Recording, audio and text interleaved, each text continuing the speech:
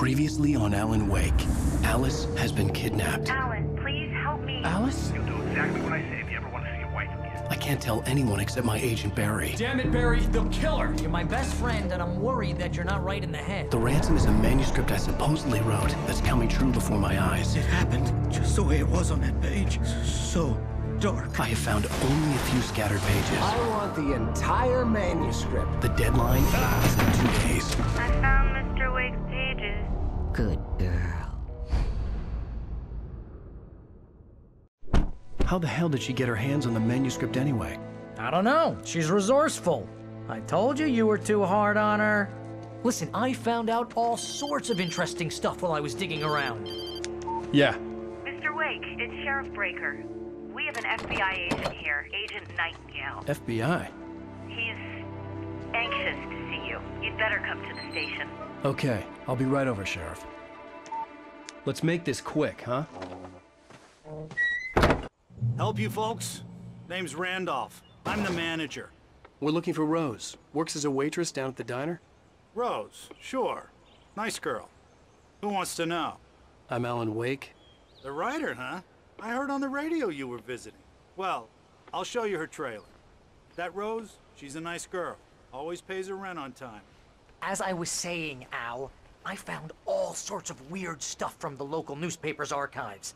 This place is crazy. Disappearances, mysterious deaths, urban legends come true, and get this, most of this stuff takes place around Cauldron Lake. Well, you ain't wrong, mister. The Indians thought the lake was a doorway to the underworld. I'm the God-fearing type myself. I don't hold with that sort of thing. Yeah, okay. Anyway, there was an island there owned by a guy called Thomas Zane. Now, some of the articles I found about him make him out to be a famous writer, but I ran a bunch of searches, couldn't find a single thing he wrote. Zane was heavily into diving, so much so that the place came to be called Diver's Isle. But the volcano under the lake erupted in 1970, and Zane went down with the island.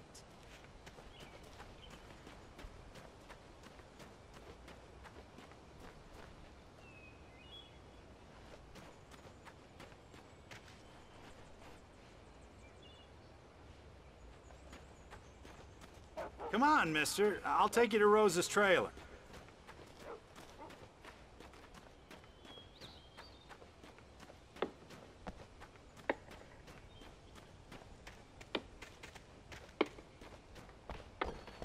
Just follow me.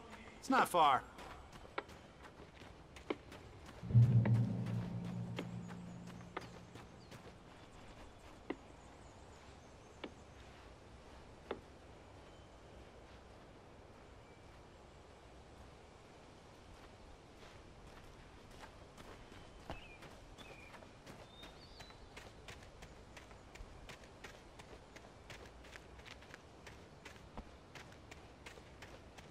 Listen, I got things to do. This place don't run itself. Yeah, how about that?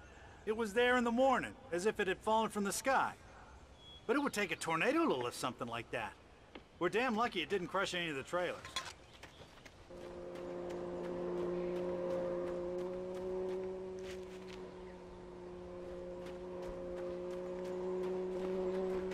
Oh, give me a break, mister. Can we just get a move on?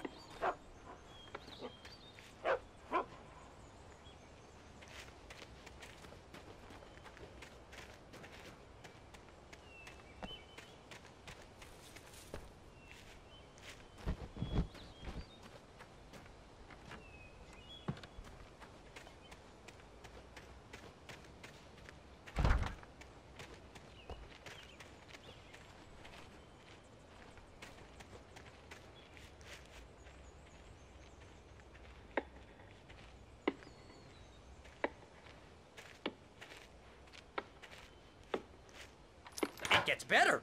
A local girl, Barbara Jagger, drowned in Cauldron Lake just a week earlier. They were lovers. Sure, Jagger's a local spook story. The Scratching Hag comes for you in the dark. Childish stuff like that. Anyway, Al, I'm just getting to the best part. All of the articles about this stuff were written by Cynthia Weaver. I asked around, and she's that crazy bag lady you met. What, the lamp lady? She can be a little loopy, but she's not homeless or anything. Yeah, anyway, she knew both Jagger and Zane before they both died, and she had some kind of a breakdown.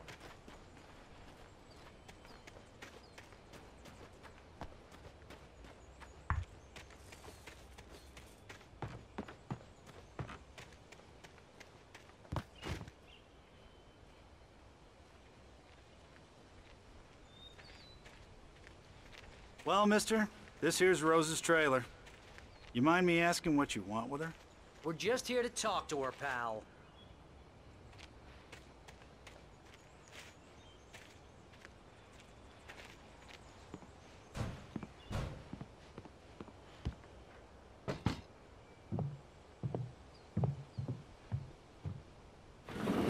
Welcome to... Oh dear, Mr. Wake. I'm so glad you're here. Rose, you have my manuscript? Oh. Oh yes. Yes. Please, come in. Hey, this is really good! Rose, Yes, my manuscript. I really need it. I understand. I know what you need. A muse to inspire you. Oh, for Barry? She doesn't have anything. Yeah, hey, Al? Al, what's... Oh... Barry! What? What?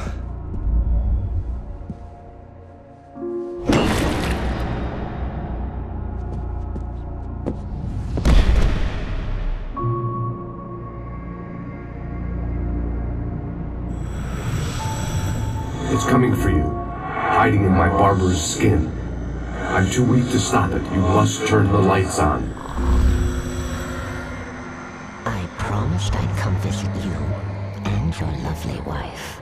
You must finish what you started. I insist. You must turn the lights on. Turn the light on. Back to work, boy.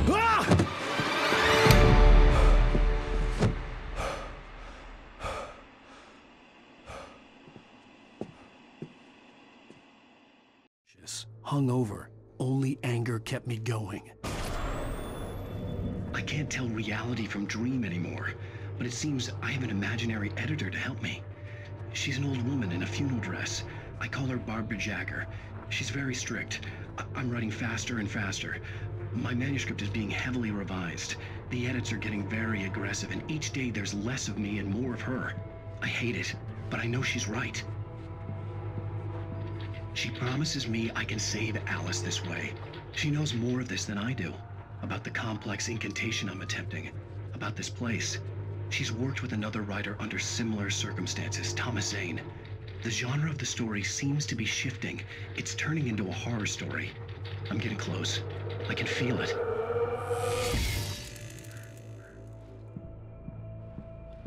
Rose took a day from me. I had less than 12 hours left to meet the kidnapper. All I could do was get Barry into the car, work something out once I got on the road. Welcome to the Oh Dear Diner. What can I get you today? Coffee? I couldn't work up much hate for Rose. Something had used her to get to me and left its mark. First refill is free. Milk and sugar on the counter there. Would you like to hear today's specials? Thank you. A nice day. Come back soon. Barry was out of it. He was way too heavy to carry. You're right. I deserve more money. I'm so handsome.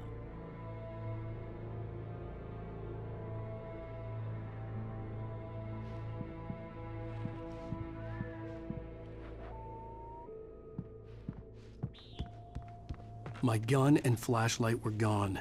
I'd have to find a way to get Barry into the car as quickly as possible. There was no time to waste. Mr. Randolph liked Rose. That little smile she had. How she was still sweet when life had tried so hard to make her bitter. It wasn't any of his business what she did in her trailer. But those strangers, the writer and his smart-ass sidekick, looked like trouble. And they'd been in there for hours. way past her normal bedtime. He reached for the phone and called the sheriff's station.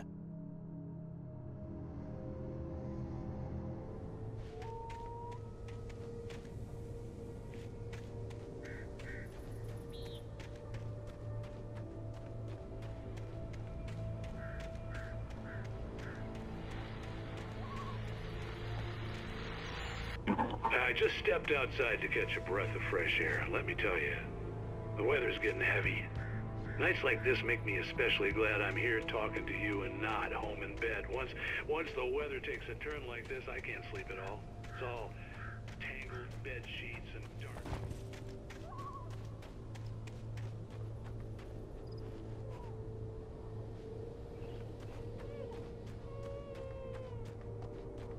Oh, you're gonna get it now. God knows what you've done to that poor girl. This is Agent Nightingale, FBI! Get him up, Hemingway! You're under arrest! You move a muscle, I'll unload right in your goddamn face! Stay right where you are, Spillane!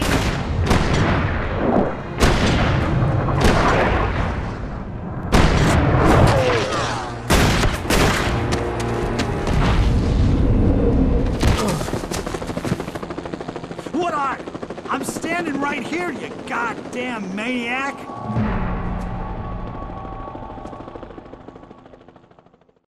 I hated to leave Barry behind, but there was no way I'd miss my appointment with the kidnapper. Give it up, Mr. Wake. Come on. Make it easier. Get after him! Don't let him get away! Move it! Move it! Move it! I'll have you shot if you let him get away!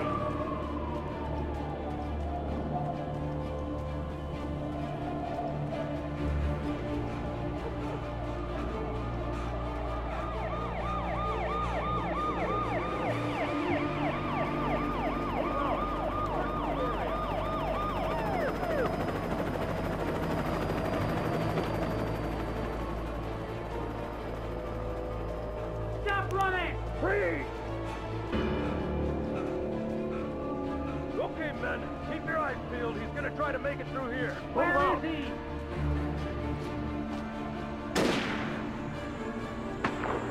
Oh, damn. Hey! Get out! Stop! This way! Keep an eye out! I lost him! God damn it! Where did he go? Damn it! This way! Keep an eye out!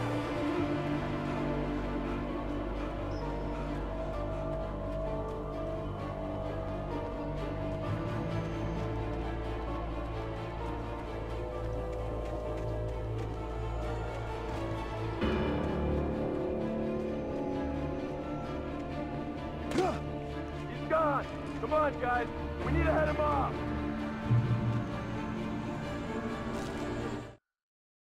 For decades, the darkness that wore Barbara Jagger's skin slept fitfully in the dark place that was its home and prison. It was hungry and in pain. It dreamed of its nights of glory when the poet's writing had called it from the depths and given it a brief, terrible taste of power and freedom. The rock stars had stirred it from the deep sleep the poet had sunk it back to in the end.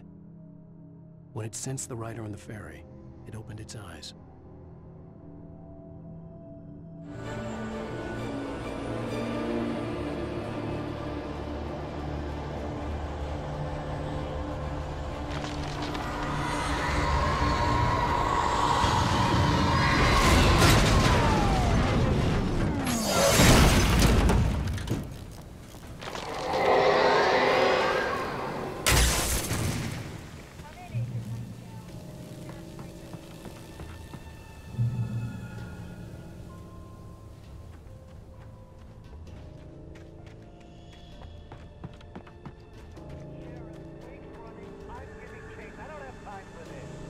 Well, make the time. You can't just go shooting at people in my town. Over. I'm a federal agent pursuing a fugitive!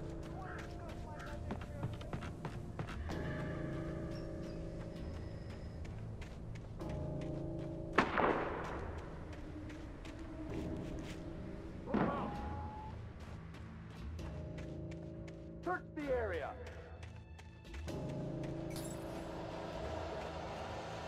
Stay sharp! This way! here!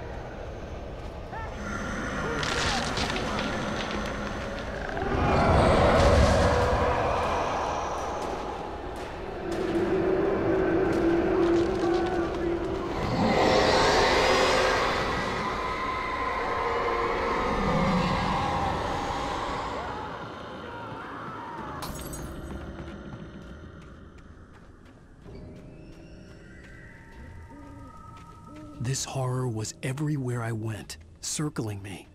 The cops didn't stand a chance. They were after a writer, not a monster. Wait, are you seriously telling me that geek writer just took out my deputies? Are you kidding? I mean, have you seen this guy? He wears a tweed jacket. Over. He's the guy we're chasing. If it's not him, who then? Bigfoot? Over. I don't know yet, but I'm not in the habit of jumping to conclusions. That tends to come back and bite you in the ass. Out.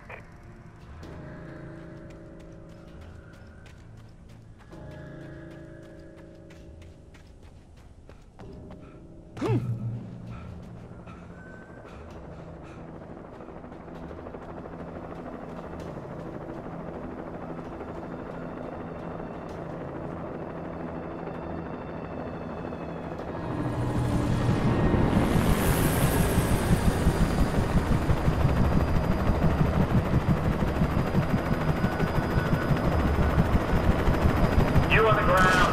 Hold it right there. There's nowhere to run. Freeze!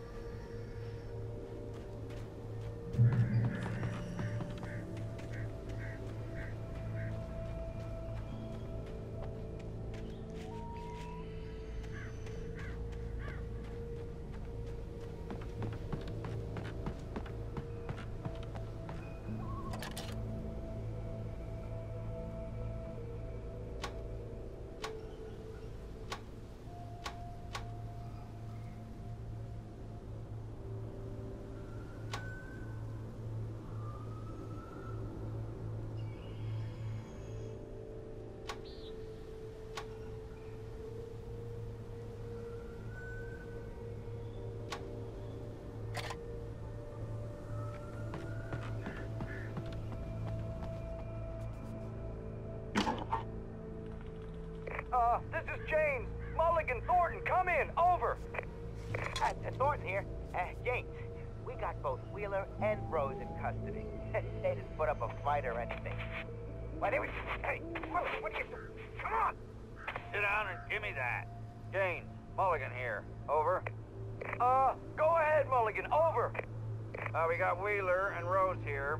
Wheeler's drunk or hopped up on something. Speaking of which, that Fed had a pretty distinctive whiff of Otis Scotch about him, if you know what I mean. Over. I don't have anything on that, Deputy Mulligan. Over. Well, whatever. Anyway, Rose is just being plain weird here. You better get Doc in to take a look at both of them. Over. Gotcha. You better get them here quickly. The, Fed's gonna want to interview Wheeler. Over.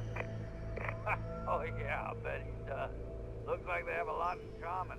Mulligan out.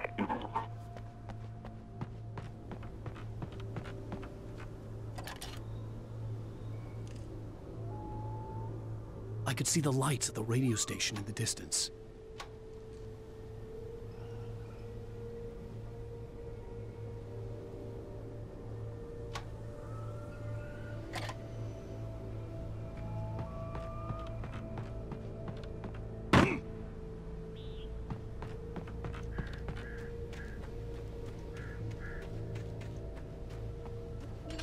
I imagined that the broadcast tower in the distance was part of the local radio station. Maine seemed like a decent guy. Perhaps he could give me directions to the coal mine.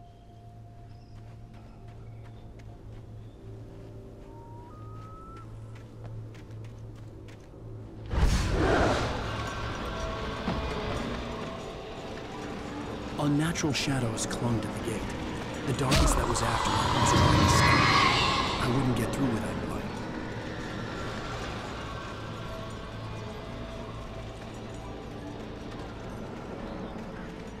There was no power to the searchlight.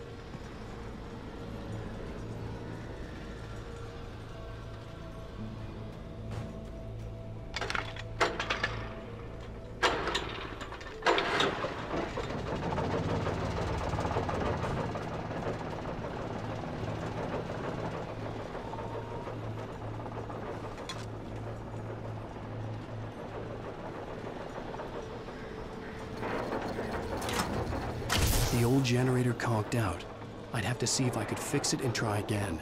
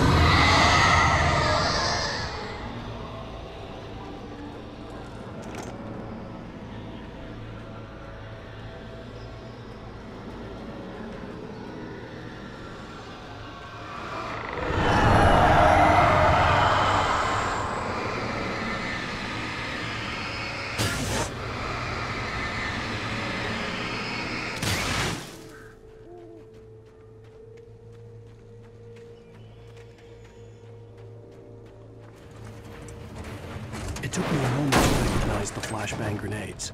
They were an ideal weapon for my situation. Team 1, come in. Over. Team 1, this is Sheriff Breaker. Report. Over.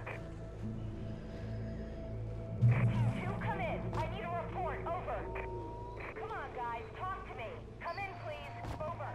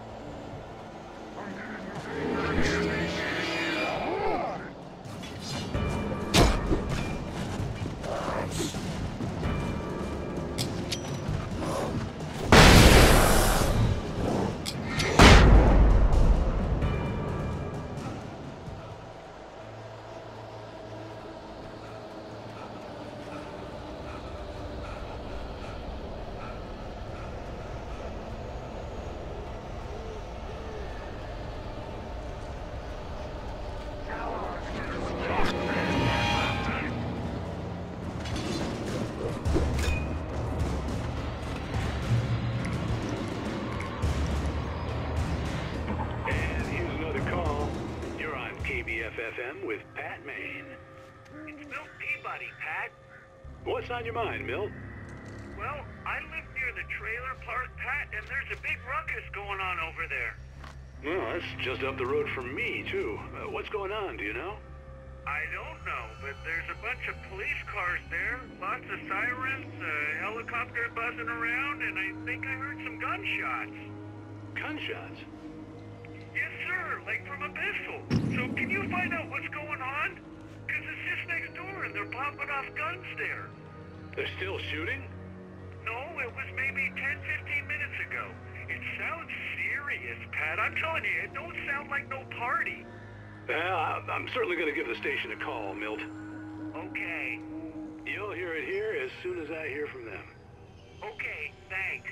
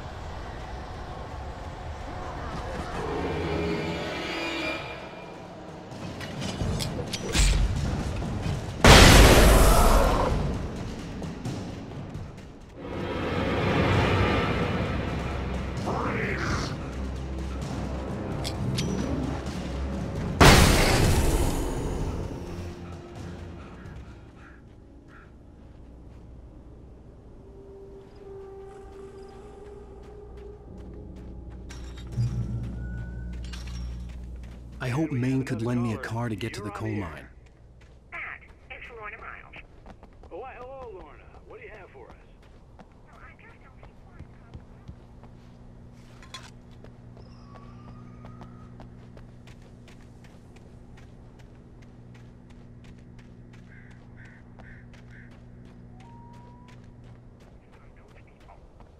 Well, Let the guys sort themselves out. I'm sorry, but my granddaddy settled in Bright Falls in 1911.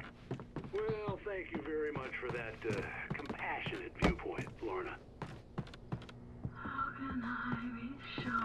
Oh, here's a little surprise. The famous writer Alan Wake just walked in, folks. I'm going to see if I can talk him into an interview. Come on in, Mr. Oh, I'm so glad you could find the time to do this, Mr. Wake. Nowhere to run now, Dan Brown. You back away from me. Don't hurt. Whoa. Everyone calm down. Put the gun down. We're all friends here, right? Cool your jets, Nightingale. We got him. Judas Priest! What the hell's the matter with you? There's a civilian in there.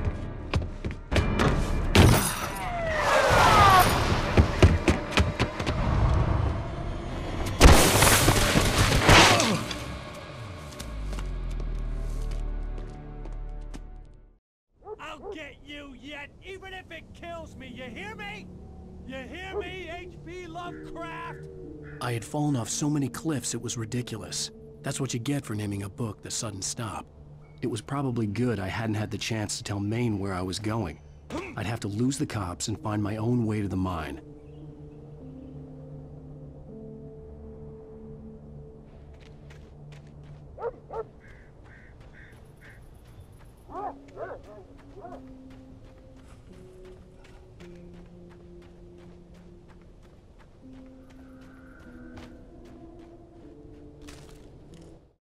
Nightingale stared through the broken studio window into the dark woods.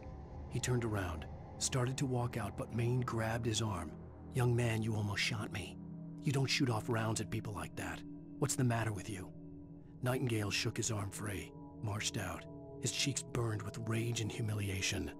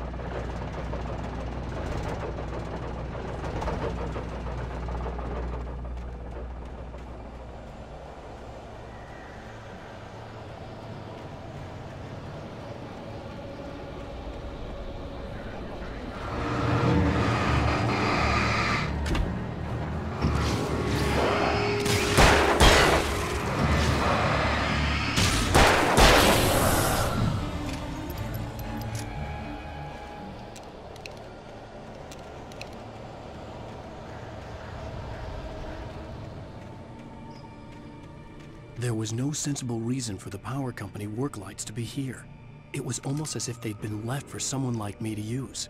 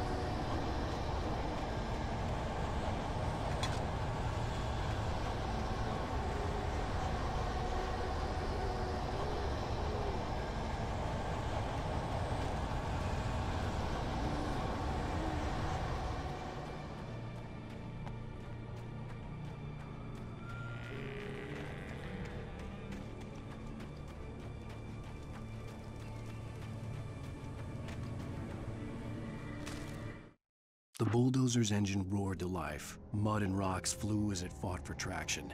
It crashed through the concrete wall and landed heavily in the yard. If it were an animal, it would have shaken its head after the impact, fixed its eyes on me, and charged. Of course, it had no head, nor eyes. Shadows crawled on its form, twisting it into a monster. Then, it came for me.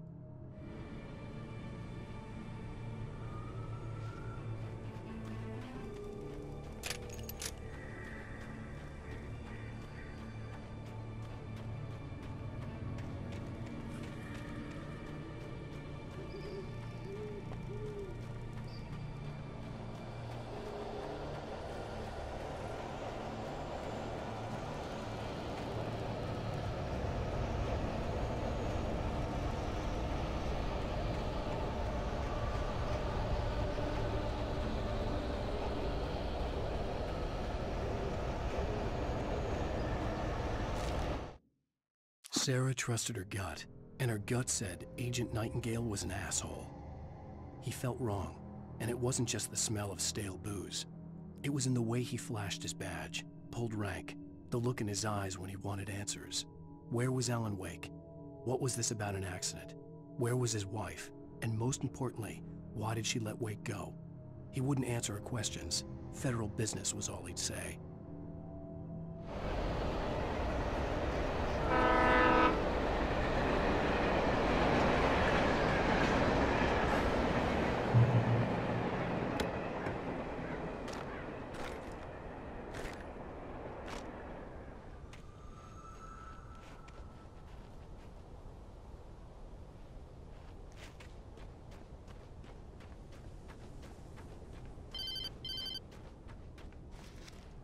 Hello?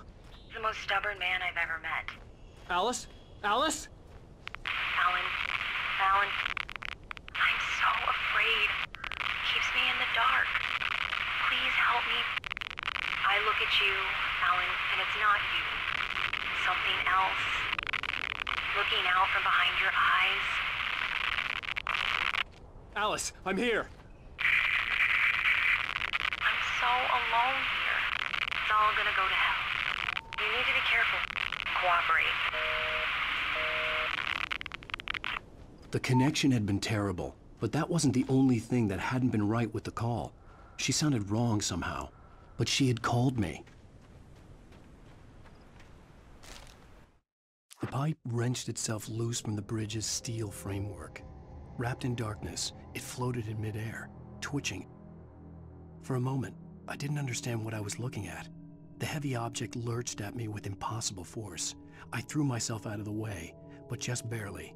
When I turned my flashlight on it, it shook in a dark rage before it flew at me again.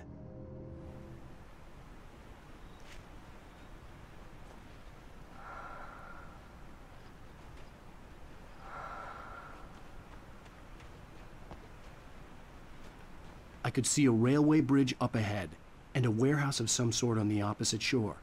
I hoped I could find a car from there.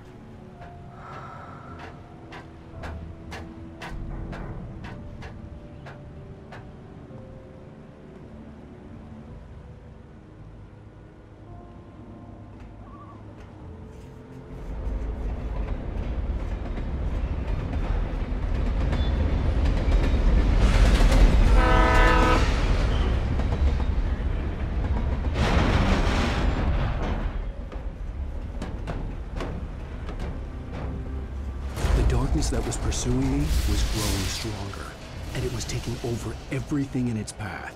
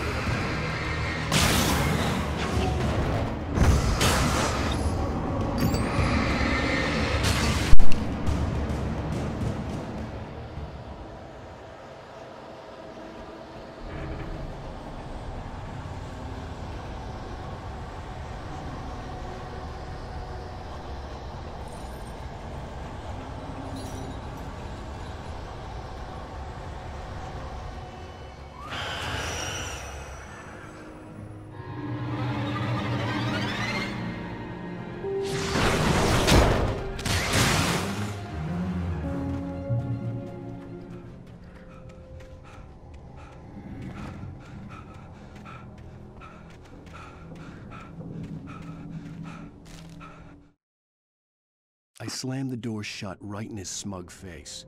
He pleaded for me to open the door. True to form, the asshole actually thought I would obey. I had no sympathy left, no guilt either, not for him. I took a moment to savor the scream.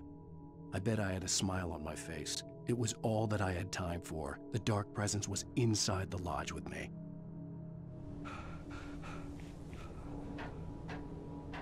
As a teenager, just starting to get interested in writing, Stephen King had been a source of inspiration to me.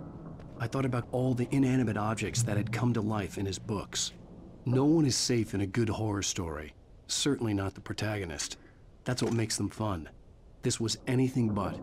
The darkness could possess anything, and it was getting closer.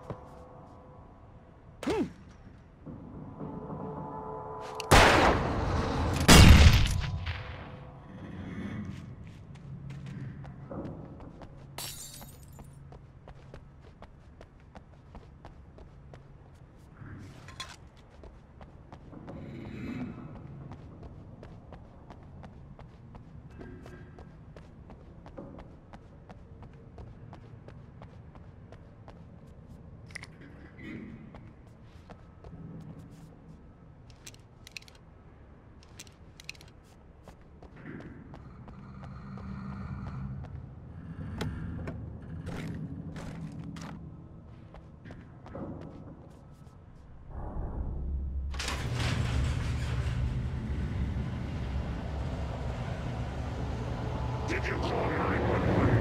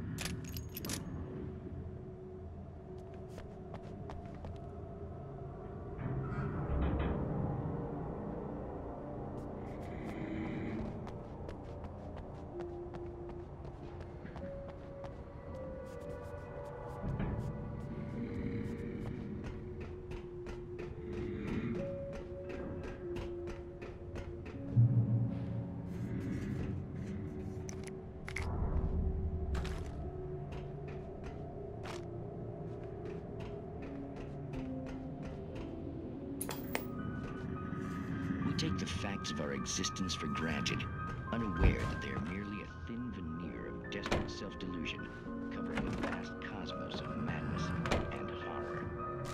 All too often. The darkness surged towards me, sucking everything loose from the ground into its depths, tugging at my clothes.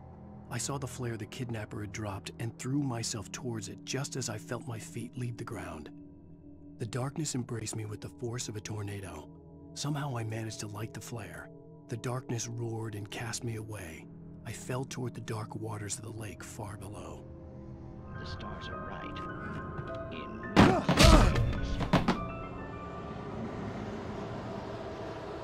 tonight's episode of Family Occasion.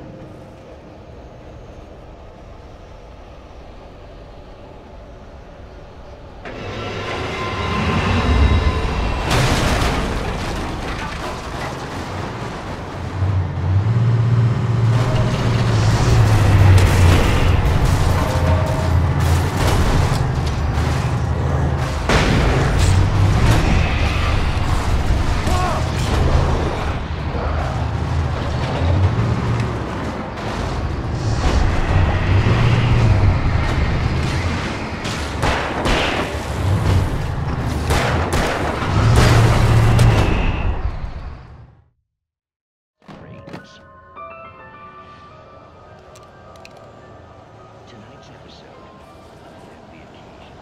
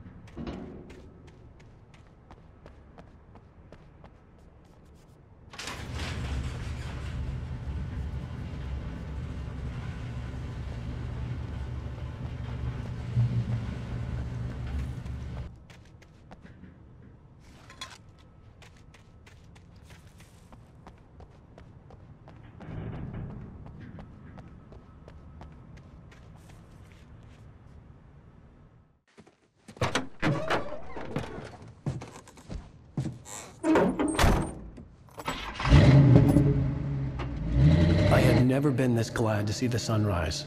I had a couple of hours to get to the coal mine.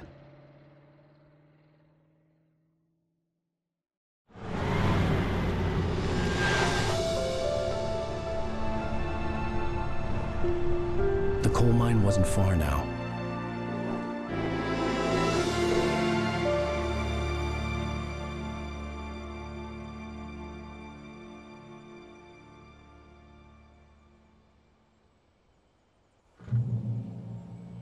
Today, I would meet the kidnapper, and he would give me Alice. I wouldn't give him any other choice. A drowning man will clutch at a straw.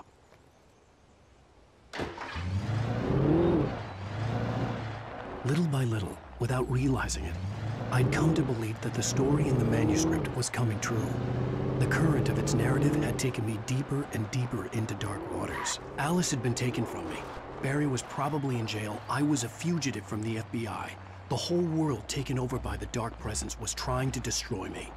It all felt real, but it matched a textbook case of insanity.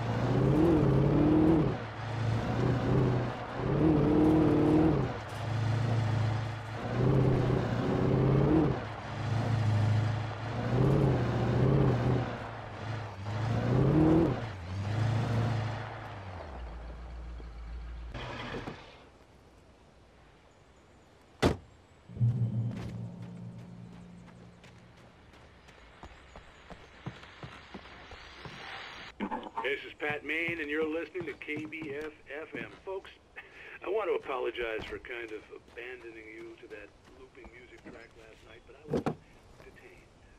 You see, I encountered a big shot G-man with an itchy trigger finger.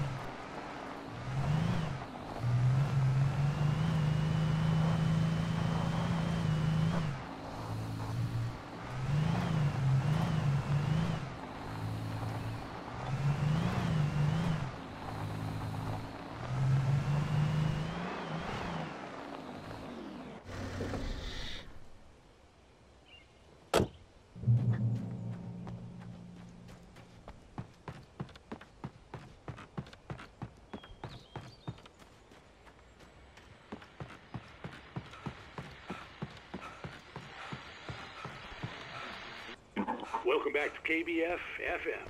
Hope you enjoyed that tune. Now, Doc, you were talking about life and finding that special someone, that soulmate. Well, you were talking about that. I was saying I don't buy it. Well, see, to me, that's strange, because I always pegged you as a hopeless romantic. You got me there, Pat.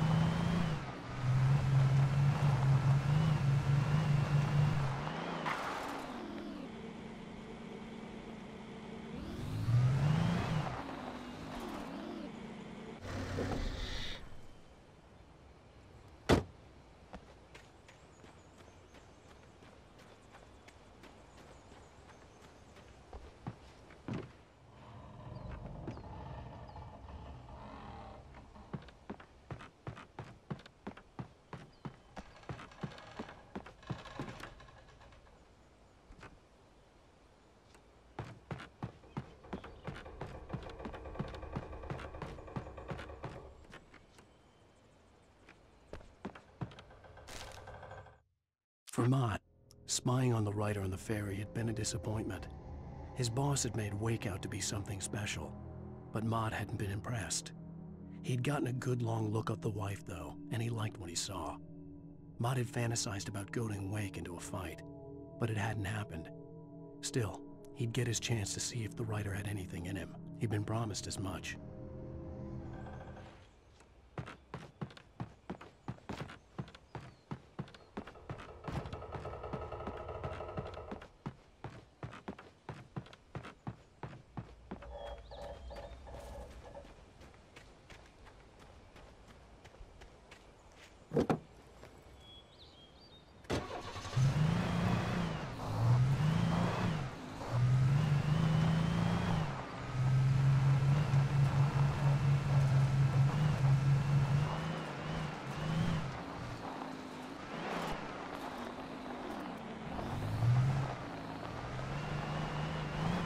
I was early. I was supposed to meet the kidnapper at noon in the main building. The coal mine was quiet. It was a museum now.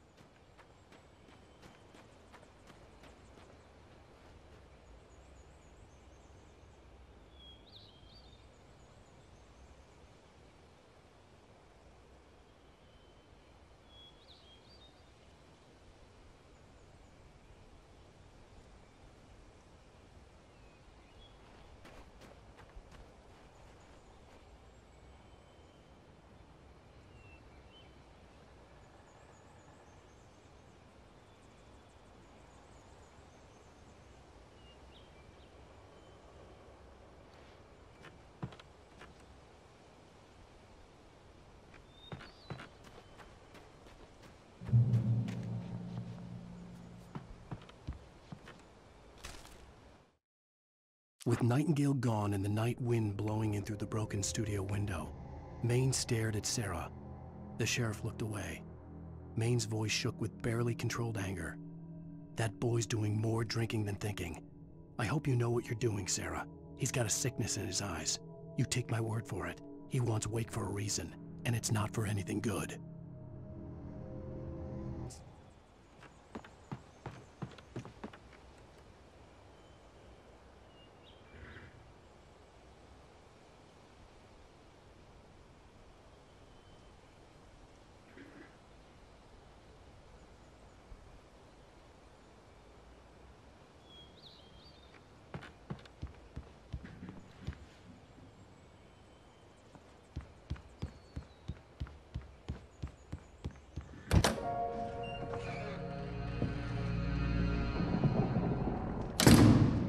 I didn't want to go outside. Cops had to be looking for me. The noon sun turned the place into a sauna. The day dragged on. Different scenarios ran through my mind. Ways of how I'd torture the kidnapper to get Alice back. Or the different horrible things he could have done to her. I imagined her dead. I had no way of knowing she was still alive. It was killing me. I was running on blind hope. It was all a waste of time. The bastard never showed up.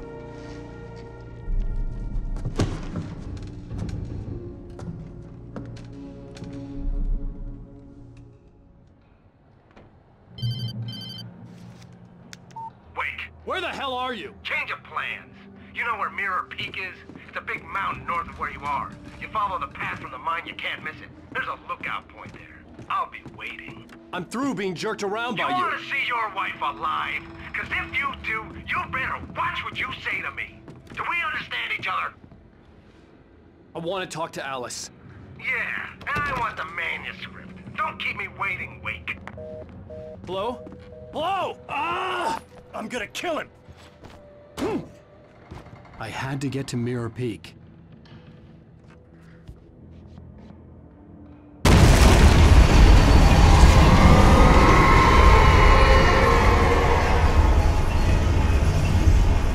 It was close. Maybe closer than ever before.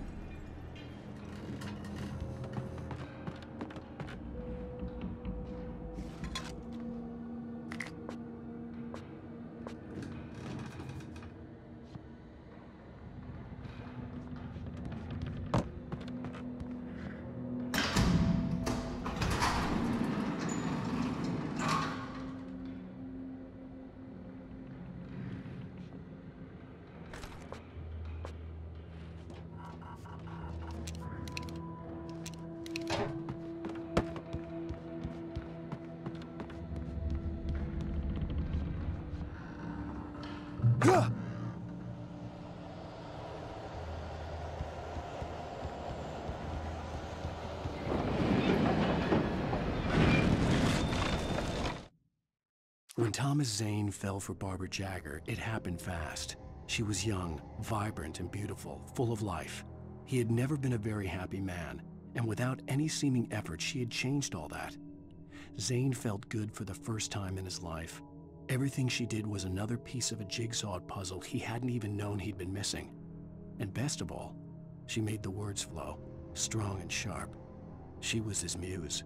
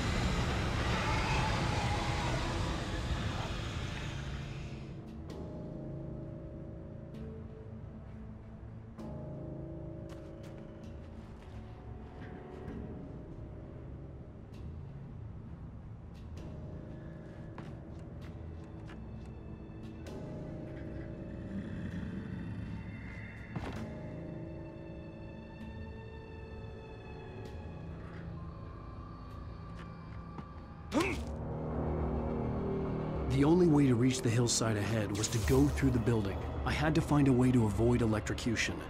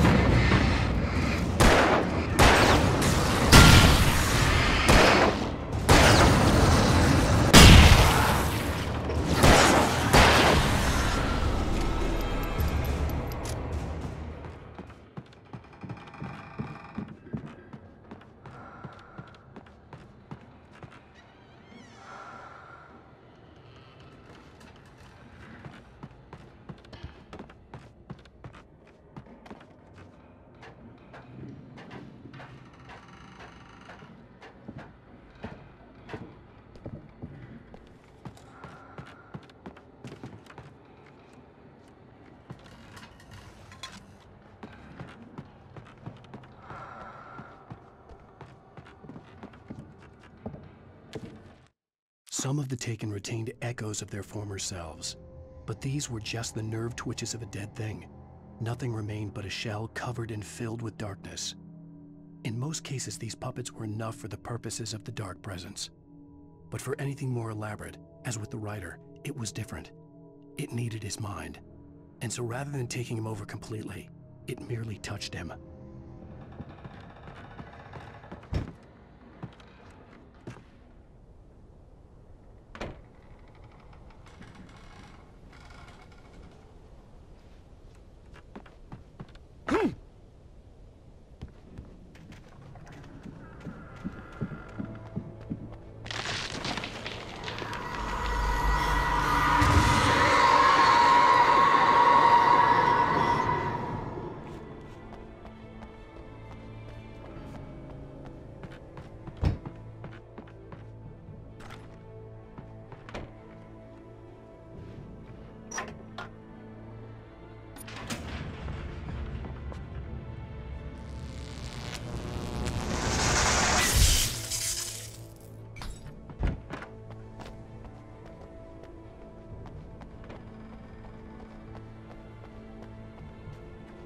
There was no way the flashbang grenades were standard power company equipment.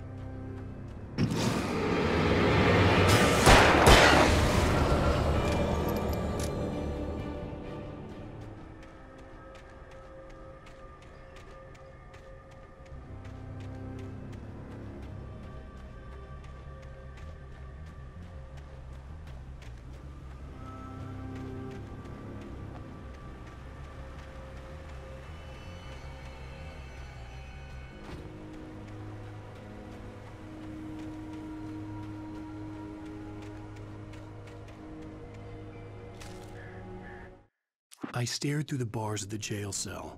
Barry stood behind me, swaying on his feet, looking as ill as I felt. Agent Nightingale stood on the other side of the bars with Sheriff Breaker. Nightingale had a stack of manuscript pages in his hand. He seemed unhinged as he gloated.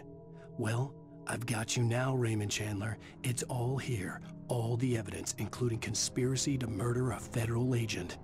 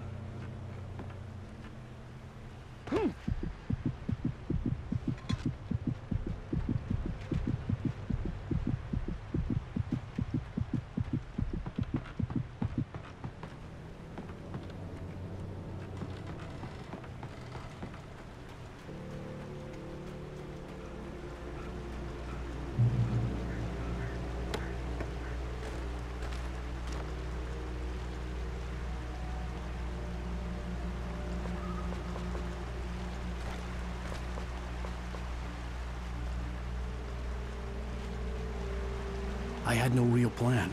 I was going to give the kidnapper all the manuscript pages I had for Alice. If that wasn't enough, I'd hold him at gunpoint and make him talk.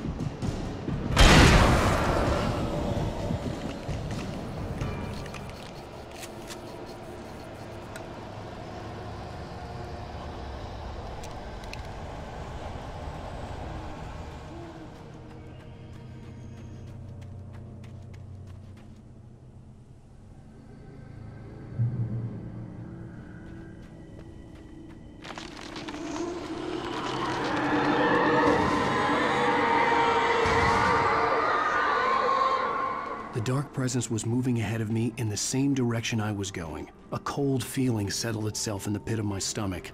Was it going for Alice?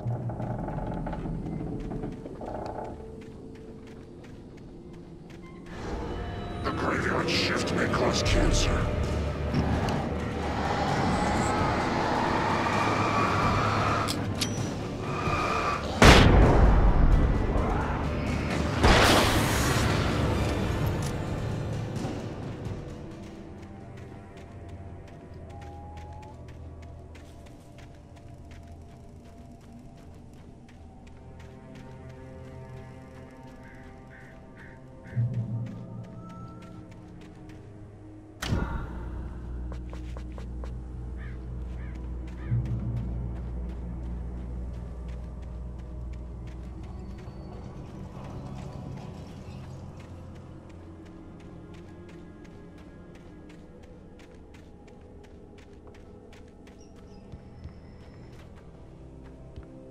The place was dead, a ghost town.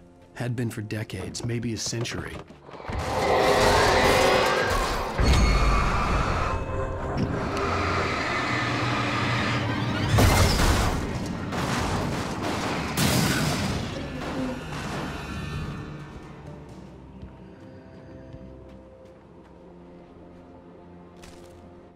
Things were never as simple in real life as in fiction.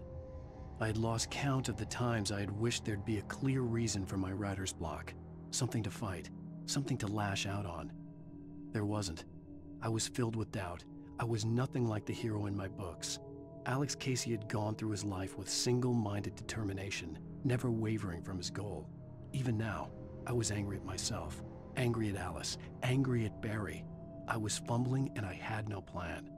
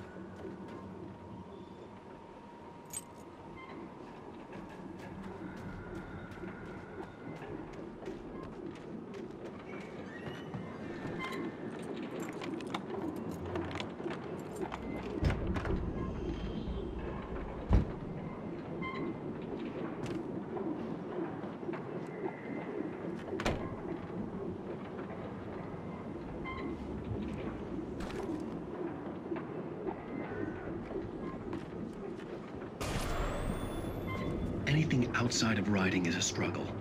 I feel ill. I managed to make my way downstairs. There's a shoebox filled with books and papers by Thomas Zane. It's very hard to focus, but I managed to read some of it. He's a poet. and a good one. He writes of muses and creators summoning fabulous things from a magic lake, using his powers to shape the world of a realm of gods and dreams and demons, dark things that wait for a chance to slip through, wearing the flesh of men as disguise.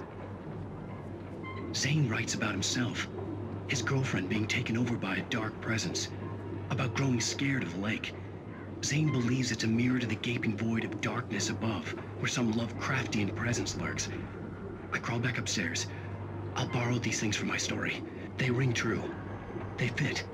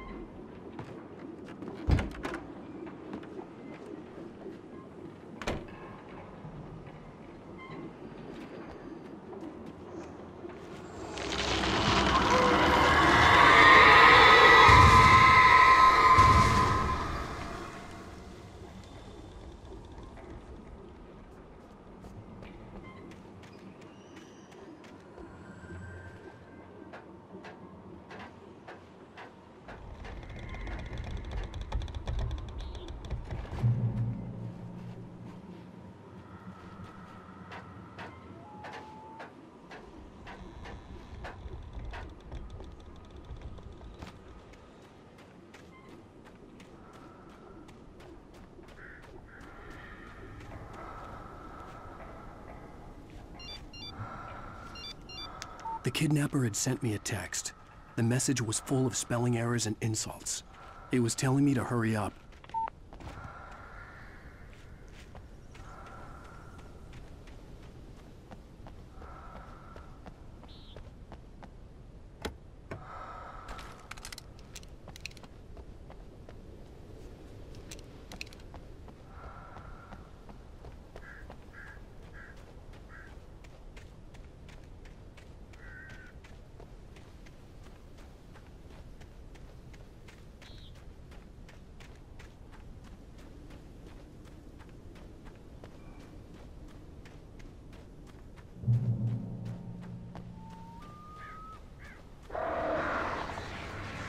Birds.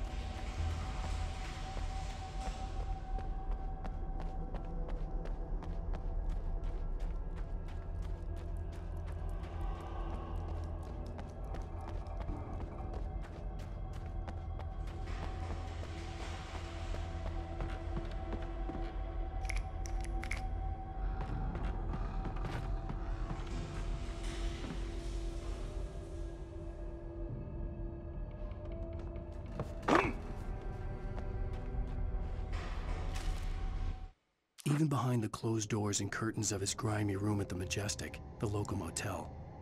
Nightingale could feel the locals' eyes on him, the unrelenting pressure of their judgment. He forced it out of his mind. For all he knew, they could all be under Wake's spell already. You do what you have to do to get the job done. He took comfort from the bottle in his hand. Please, he thought, just let me get through this.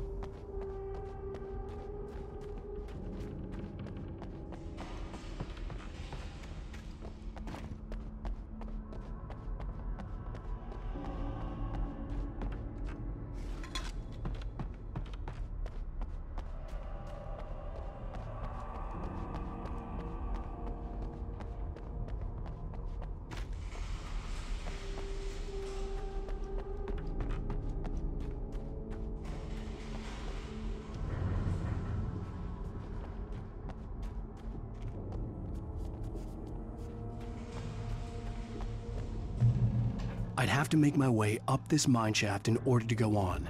Maybe the machinery could help me with that.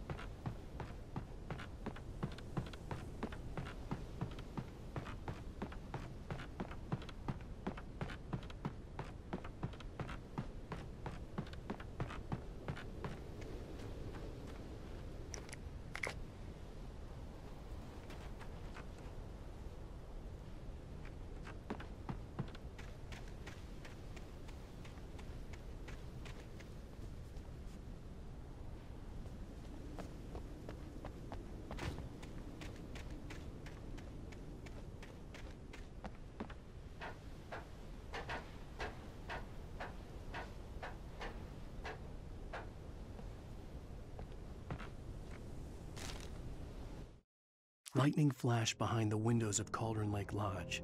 Tor Anderson laughed and held the steel hammer above his head. Nurse Sinclair was trying to calm him down without success. Tor grinned madly and shouted, "My hammer's up. Here's a friendly poke from Molnir, wench." He brought the hammer down with all his might on Sinclair's head. "We're on a comeback tour, baby."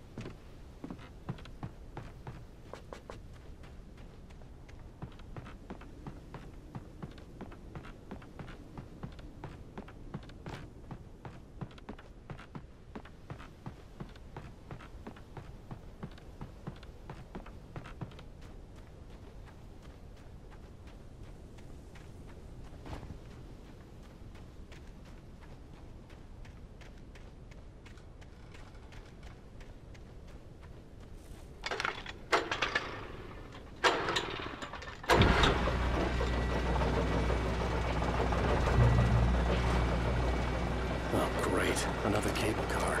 Just great.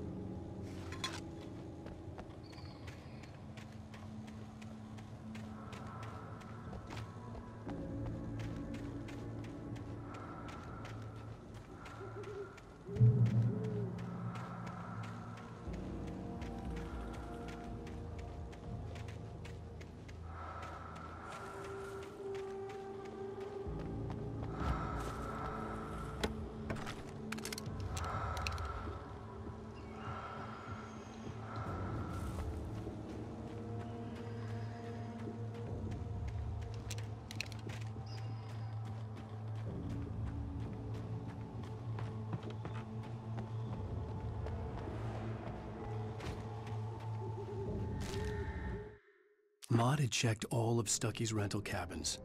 There had been no sign of the Wakes. It was dark when he'd found their car parked at the end of the road by Cauldron Lake. It made no sense.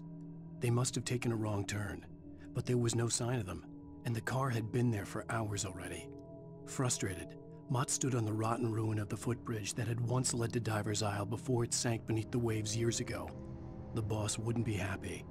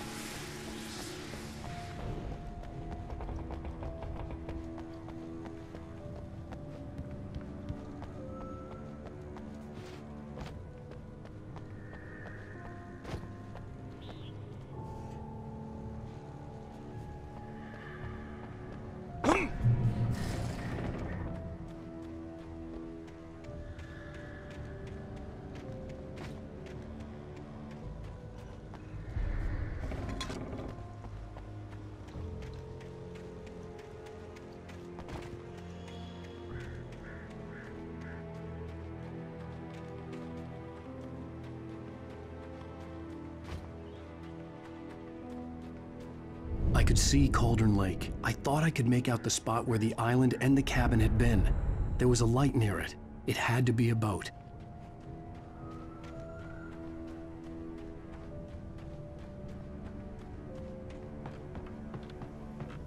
I was close now. I had to get there fast. I dreaded what I would find. I tried to hold on to Alice, but her form melted away. I was losing control. Dr. Hartman stood in her place. I wanted to hit him, but my arms were jelly. He smiled. It was a reassuring smile, and I hated him for it. I had to give you a sedative. Don't fight it. You went through another rough period. Right now, it's very important that you stay calm. We don't want you to have another episode. You're a patient at my clinic. Have been for a while now.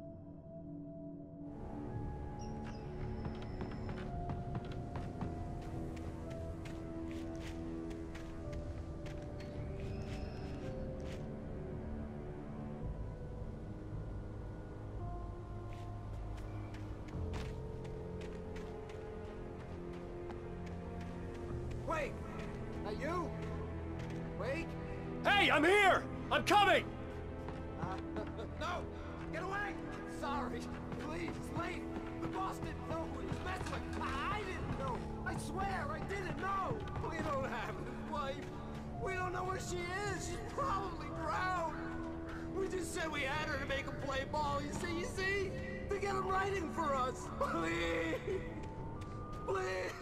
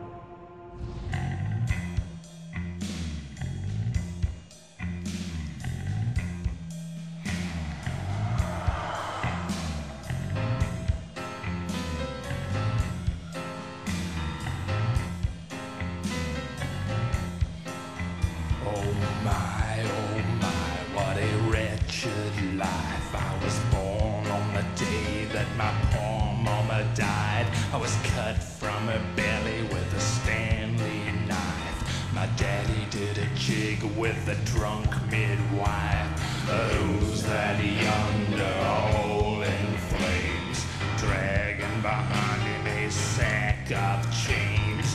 Who's that yonder all in flames? Well, up jumped the devil and he staked his claim on me.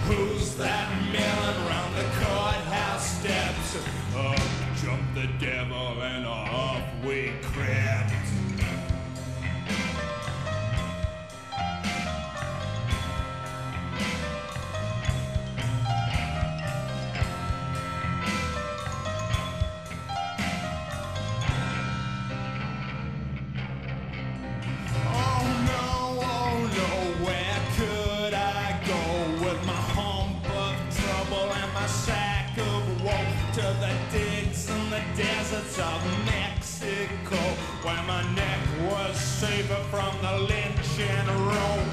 Who's that yonder laughing at me like I was the brunt of some hilarity?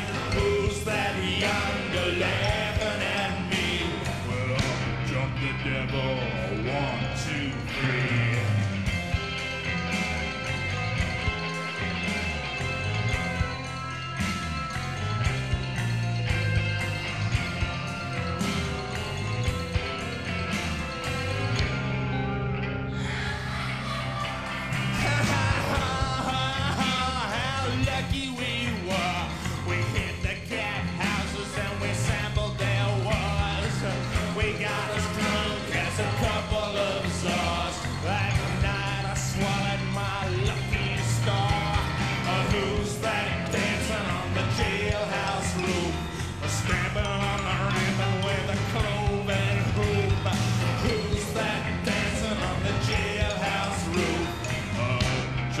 Devil and said, here's your man.